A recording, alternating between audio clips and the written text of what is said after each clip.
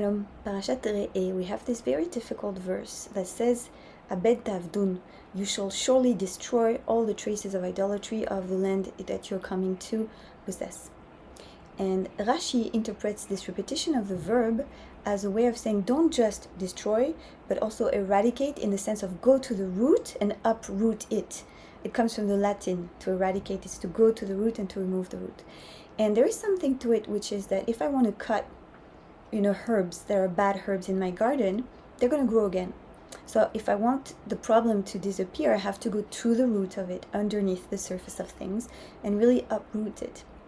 Now, where Hasidic wisdom is so important is because it reminds us we're not talking about reality in the sense of wars and conquest, and we're talking about parables. We're talking on an inner level. And immediately the Sfat Emet comments on this explanation of Rashi, which is about to eradicate in the sense of to really uproot something that is not good. Because what is idolatry?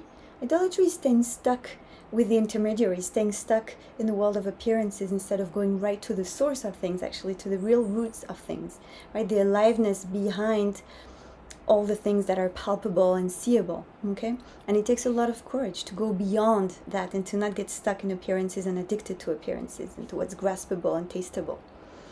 And immediately the Sfat Emet says, Tzarech akirat, it is a klal, this is the principle, lekol akirat mida v'ta'ava ra'a.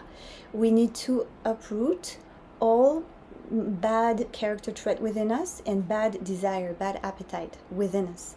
And how do we do this? By uprooting every negative, even trace in the heart.